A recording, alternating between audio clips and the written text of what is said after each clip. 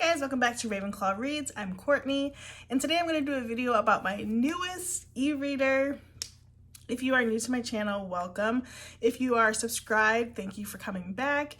If you're not subscribed, go ahead and click that subscribe button down below. We'd love to have you join this small bookish community. So if you've watched my channel before, or maybe you've seen one of my popular videos, my e-reader collection video, or my Kindle versus Kobo video, I am definitely an e-reader. I love e-reading. I like physical books as well, but I'm starting to get more into e-reading because the space for all the books that I want to have does not match what I currently have space-wise. So I am focused on e-reading. So I justified this purchase because I'm only going to be e-reading. I mean, if it's a really great book or like an author that I have a collection of theirs already, yes, but mostly I'm going to be e-reading. So I recently picked up the Kindle Oasis. I'm so excited about this. I have had my eye on this for years, and I hesitated because it is pricey. But now that I am deep into my reading journey and I'm reading on my Kindle all the time, I figured this is what I really needed to get. To me, this is like the top of the line in Kindles, and being an avid e-reader, this is what made sense for me. If this does not fit your budget, I'm also going to show you again the Kindle Paperwhite. They essentially do the same thing, but this one just got a little bit more power to it. And so I am excited to get into this. So to start, I will let you know this is not a tech review. Although I am techie, this is not a tech channel. And so I just want to talk about from the reading perspective. And then if anybody's interested in seeing comparisons, I definitely can do those. I recently got the Kindle Fire HD 8. Still love that. I don't know how I'm going to use it moving forward, except as a way to see some color every now and then. But my only complaint with the Fire HD 8, now that I've had it for a while, is that it is kind of heavy when you want to read it. And I like to read in bed, and I need something that's really light. So on the back of this box, it's got some basic specs, so I will read those to you. So it has a 7-inch touch display. The Kindle Paperwhite I have is 6.8 inches. Adjustable warm light, page turn buttons. This one is waterproof. It's Wi-Fi, obviously, and I got the 8 gigabyte. They do have the 32 gigabyte, but when I checked out my Paperwhite currently, I had more than enough storage still on it, like about 5 gigabytes of storage, and I have a ton of books already, and so I'm okay with the 8 gigabytes at this moment. So I got it in graphite. I was thinking about the champagne color, but honestly, graphite is kind of what everybody has, and I think the champagne color would be kind of faddish, and so I got the graphite. So here it is. Oh my goodness. I was so excited to get this. So I ordered this on Sunday. It came on Monday, and I was excited. I had to break the news to my family that I was getting another Kindle, and after I broke that news, they were fine because they think I have too many e-readers, but there's no such thing. But this Kindle didn't come till like 7 o'clock at night. I was like, oh my gosh, I need it right now. Anyway, you'll see on the front, I have a cover of a middle grade book that I'm reading. This is Murder His Bad Manners. And I opted to purchase the Kindle without ads. Now, this had never been a problem for me in the past, but since having the Kobo, I'm super spoiled. So the Kindle Fire I got with no ads, and this one I have with no ads. On my Paperwhite, I do have ads on it, but I turned off, thanks to a wonderful viewer who told me how to turn off some of the book covers that are way too inappropriate to be having your Kindle laying around. But on here, you have the option of making your book cover the home sort of lock screen of your Kindle, which I absolutely love. So I really, really like that feature. It makes me feel like I'm picking up the book as soon as I look at the Kindle. So when I took this out of the box, the first thing I noticed is how sturdy it feels. The Kindle Paperwhite is not sturdy, but you can definitely tell this is made out of some better material. I'm trying to take this out of its case. The Kindle Paperwhite is very light, and it has like a rubberized texture on the back, very light. And while I don't think this is metal, it's definitely a harder, firmer plastic, so it feels a little bit heavier. And then here's the back side. And I absolutely love this little handle. I'm not gonna get a case for it or a pop socket. I really like the way it holds in my hand.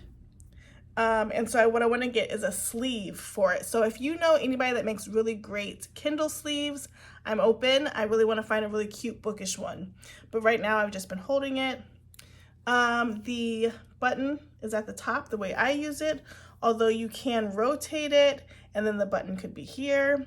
On the bottom, my bottom is a USB plug-in. Now, this is a micro USB, so it's not a USB-C, and there's not a lot of devices that use a micro USB anymore, so that might be my only complaint tech-wise on that. So as you open it, it's just like any other Kindle. You wake it up. You can see I just started this book, hit the home button, and I'm in my library. And then as I go home, I have all the things that you would have on any other Kindle. So I've got what's in my library, my light schedule. I don't like the warm light that gives it sort of brownish, orangish tint, not a fan, so I don't use that. And then you can scroll up to see upcoming releases, similar books to what I bought, books you may like on Kindle Unlimited, everything you might find on your home screen. On this home screen though, you cannot use the page scroll buttons. These are just for page scrolling. So let me go back into the book that I'm reading, Murder is Bad Manners, and you can see the buttons. The one on the top goes forward, the one on the bottom goes back, and they have a really good click. I don't know if I can get that sound for you, but I love that type of stuff. So great click on it. And what I like so far is that I'm zipping through books because the click of the button. And I know that's so subjective and niche, but like it's really helping me out. And then everything else is pretty much the same. I had heard some things about battery life, but I haven't had any issues. I'm at 87%. Like I said, I got it on Monday. I'm filming this on a Wednesday. It came out of the box at like 40 or 30%. I charged it that night, the whole night.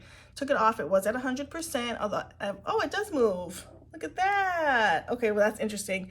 Up goes down, down goes up. Okay, so that was on my home screen. But I charged it, it got to 100%. I had also heard that this won't charge to 100, but it did. And then on this so far, I've read The Peculiar Incident on Shady Street and What Lives in the Woods, and Accidentally Amy. So I've read 3 books on this, shorter books, like in the 200s, so a total of like 600 or 700 pages, and my 87%. So I think that's comparable to the Kindle Paperwhite. All your settings and everything is exactly the same. The only difference really is the buttons, and it's just a little bit faster. Now this is the 2019 model. They haven't done a new one since. I don't think that they are. If they do, I low-key will be irritated, but this is such a good device. I'm fine with it. In terms of the Paperwhite, you can see it's a little bit wider and shorter than the newest Paperwhite. But the screen is actually bigger. So if you think about the screen without the bezels on here, it's about the same. And what else? I just really like it so far. Like I said, it's not really a tech review. It's just like us showing you this Kindle Oasis, convincing you need it in your life. Really great device. And it has Bluetooth with it. You can listen to your Audible on there. And so really happy with this purchase. So what I've decided is that the last generation Paperwhite I have, it's like a maroonish one. That one's gonna go to the Paperwhite graveyard. I'll probably not charge it and kind of put it away.